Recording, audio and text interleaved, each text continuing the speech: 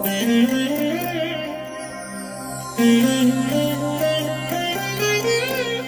దినం పరము నుండి దిగివచ్చు మాట. ఇది నీ జీవితానికి వెలుగుల బాట. నీ ఒడిలో ఉంచబడిన దీవెనల మూట, అద్భుతాల ఆనంద ఊట. ఫిబ్రవరి 4 సంవత్సరమంతా మీరు బైబిల్ చదివి ముగించడానికి ఈరోజు మీరు చదవవలసిన లేఖన భాగం ఉదయం పాత నిబంధన నుండి నిర్గమాకాండము 34 మరియు 35 అధ్యాయములు. సాయంత్రం క్రొత్త నిబంధన నుండి మత్తయి సువార్త 22వ అధ్యాయము 23 నుండి 46 వచనం వరకు. క్రీస్తునందు నాకు అత్యంత ప్రియమైన దేవుని బిడ్డలారా, ఈ ఉదయకాల సమయంలో ప్రభు కృప మీకు తోడై ఉండునుగాక. ఆయన పరలోకపు సన్నిధి మిమ్మను ఆవరించునుగాక. ఎలా ఉన్నారు? బాగున్నారు కదూ? దేవుని యొక్క హస్తం నిశ్చయముగా మిమ్మల్ని బలపరుస్తుంది. ఆయన మీకు తప్పకుండా సహాయం చేస్తాడు.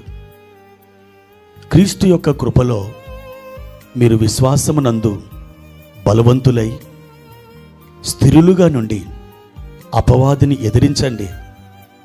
దేవుడు మీకు తప్పకుండా సహాయం చేస్తాడు. ప్రియమైన దేవుని బిడ్డలారా, ఈ దినం దేవాది దేవుడు మనకు ఏర్పరిచినటువంటి వాక్య భాగాన్ని చదువుకుందాం. ఆదికాండము 5వ అధ్యాయము 23వ వచనం. హనోకు దినములన్నీయు 365 ఏండ్లు. ప్రియమైన దేవుని బిడ్డలారా, ఆదికాండం 5వ అధ్యాయం మనం చదివినప్పుడు మనం ఒక సమాధి తోటలో నుండి నడుస్తున్నట్లుగా ఉంటుంది. పలానాయన ఇన్ని సంవత్సరాలు బ్రతికాడు, మృతి పొందెను. ఇంకొక ఆయన ఇన్ని సంవత్సరాలు బతికాడు, మృతి పొందెను. ఇలాంటి మాటలు ఈ 5వ అధ్యాయంలో మనం చూడగలం. కానీ ఈ 5వ అధ్యాయం చదువుతుండగా ఒక అద్భుతమైనటువంటి వ్యక్తి మనకు కనపడతాడు. అతడు హనోకు అనబడిన దైవజనుడు, ప్రవక్త. అతడు మరణం చూడకుండానే దేవునితో నడుస్తూ నడుస్తూ పరలోకానికి వెళ్ళిపోయినటువంటి మొదటి మానవుడు. ప్రియమైన దేవుని బిడ్డలారా, అతడు ఎంతకాలం జీవించాడు అనే విషయాన్ని పరిశుద్ధ బైబిల్ గ్రంథం తెలియచేస్తూ ఉంది. హనోకు బ్రతికిన దినములన్నీ 365 ఏండ్లని మనం చదువుతున్నాం. మన జీవిత దినములన్నీ ప్రభు చేతిలో ఉన్నాయి. ఆయన మన తల వెంట్రుకలను లెక్కబెట్టి ఉన్నాడు. మన యొక్క ఆయుష్కాలాన్ని తన హస్తగతం చేసుకొని ఉన్నాడు.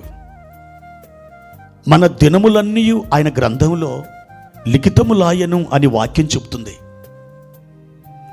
ప్రియ దేవుని బిడ్డలారా, హనోకు జీవితంలో జరిగినటువంటి ఆ అద్భుతమైన కార్యం రేపటి దినాన్న ఆకాశ మండలానికి ప్రభు వచ్చినప్పుడు సంఘము ఎత్తబడుతుంది. ఆ ఎత్తబడే సంఘానికి హనోకు ఒక సాదృశ్యంగా ఉన్నాడు. అయితే అతని యొక్క దినాలు లేదా అతని యొక్క సంవత్సరాలు మనం చూసినప్పుడు 365 ఏండ్లని మనం చూస్తున్నాం. పరిశుద్ధ బైబిల్ గ్రంథంలో సంఖ్యాకాండము 14వ అధ్యాయము 34వ వచనంలో ఈ విధంగా వ్రాయబడి ఉన్నది. మీరు ఆ దేశమును సంచరించి చూచిన 40 దినముల లెక్క ప్రకారం దినమునకు 1 సంవత్సరం చొప్పున 40 సంవత్సరములు మీ దోష శిక్షను భరించి నేను మిమ్మను రోసివేసినట్టు తెలుసుకొందురు.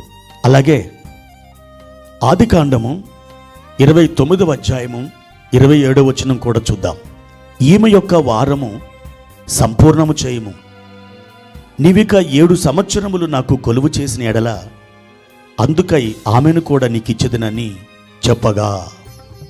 ప్రియమైన దేవుని బిడ్డలారా, లాబాను యాకోబుతో చెబుతున్నాడు, ఈమె యొక్క వారం కూడా సంపూర్ణం చేయుము అని చెబుతూ 7 సంవత్సరములు అంటున్నాడు. సంఖ్యాకాండం 14:34లో కూడా వ్రాయబడినటువంటి విషయాన్ని బట్టి 40 దినాలు ఇజ్రాయేలు గోత్ర ఆ పెద్దలు కనాను దేశాన్ని వేగు చూడ్డానికి వెళ్ళారు. ఆ 40 దినాలని ప్రభు 40 సంవత్సరాలుగా చెబుతున్నాడు.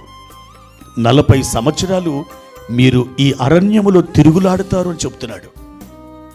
ఇక్కడ మనకు అర్థమవుతున్న విషయం ఏంటంటే, ఒక దినం ఒక సంవత్సరానికి పోలిక, ఒక సంవత్సరం ఒక దినానికి పోలిక అని మనం చూస్తున్నాం. హనోకు 365 సంవత్సరాలు ఆయన జీవించాడంటే, మనం ఆదికాండం 29-27 ప్రకారం, సంఖ్యాకాండం 14:34 ప్రకారం, ప్రియ దేవుని బిడ్డలారా, ఆ 365 సంవత్సరాలు 365 దినాలకి పోలికగా మనం చెప్పుకోవచ్చు. భూమి తన చుట్టూ తాను తిరుగుతుంది, అలాగే సూర్యుని చుట్టూ కూడా తిరుగుతుంది. అంటే భూమి చేస్తున్నటువంటి పనులు ఇక్కడ 2.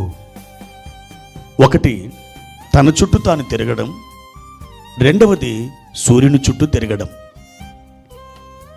తన చుట్టూ తాను తిరగడానికి ఒక దినం సమయం పడుతుంది. సూర్యుని చుట్టూ తిరిగి రావడానికి 365 దినాలు పడుతుంది. నా ప్రియమైన దేవుని బిడ్డలారా, మనం కూడా 2 పనులు చేయాలి. ఒకటి మన సొంత పనులు, ఆఫీస్ పనులు, పొలం పనులు, మన యొక్క చదువు, ఇంకా ఇతరత్ర విషయాలు. అంటే భూమి తన చుట్టూ తాను తిరగడం లాంటిది. అలాగే ఈ భూమి సూర్యుని చుట్టూ కూడా తిరుగుతుంది సంవత్సరం అంతా. మనం నీతి సూర్యుడు అనబడిన ప్రభు చుట్టూ తిరుగుతూ ఉండాలి. ఆ ప్రభు చుట్టూ ప్రదక్షిణం చేస్తూ ఉండాలి. ఈ 2 మనం నెరవేర్చినప్పుడు మన జీవితంలో ఒక క్రమం అనేది ఉంటుంది. మన జీవితంలో ఒక జీవం అనేది ఉంటుంది, ఒక సమృద్ధి అనేది ఉంటుంది, ఒక ఆశీర్వాదం అనేది ఉంటుంది. మన పనులు మనం చేస్తూనే మనం దేవుని యొక్క చిత్తాన్ని మనం వెతుకుతూ ఉండాలి. దేవుని యొక్క చిత్తాన్ని అనుసరించి నడుచుకోవడానికి మనం ప్రయత్నిస్తూ ఉండాలి. ఆయనకు ఎన్నడూ కూడా మనం దూరంగా వెళ్ళిపోకూడదు. ఆయన యొక్క పరిధిలోనే మనం ఉండాలి. ఒకవేళ భూమి సూర్యునికి దూరంగా వెళ్ళిపోయినట్లయితే, సూర్యుని నుండి అందాల్సినటువంటి ఆ సూర్యరశ్మి కానీ, ఇంకా ఇతరత్ర మరి సంగతులు కానీ ఆ భూమికి ఎంత మాత్రం కూడా అందక, అది మనుషుని యొక్క జీవనానికి, జీవరాశి యొక్క జీవనానికి చాలా ఆటంకంగాను నాశనకరంగాను ఉంటుంది. మనం మన పనులు చేసుకుంటూనే మన దేవుణ్ణి వెతుకుతూ ఉండాలి. మన పూర్ణ హృదయంతో, పూర్ణ ఆత్మతో, పూర్ణ వివేకంతో, పూర్ణ మనసుతో ఆయన వెతికినప్పుడు తప్పకుండా దేవుని యొక్క అద్భుతమైన కృపను నీవు అనుభవించగలవు. దేవుడు మీకు తోడయుండి మిమ్మల్ని ఆశీర్వదించునుగాక. ప్రార్థన. ప్రియమైన తండ్రి, మీ ఘనమైన నామానికి వందనాలు. ఈ ఉదయకాల సమయంలో మా దేవా, మేము మీరు మాకు నిర్ణయించిన పనులు చేసుకుంటూనే, ఈ లోక సంబంధమైన పనిపాటలు మేము గైకొంటూనే, తండ్రి, భూమి సూర్యుని చుట్టూ తిరిగిన విధంగా మేము మీ సన్నిధిని వెతుకుతూ నీతి సూర్యుడు అనబడిన మీ చుట్టూ మేము ప్రదక్షిణం చేయడానికి, మీకు లోబడి మీకు విధేయత చూపించడానికి మాకు సహాయం చేయమని యేసు నామములో అడిగి వేడుకుంటున్నాము తండ్రి. ఆమేన్.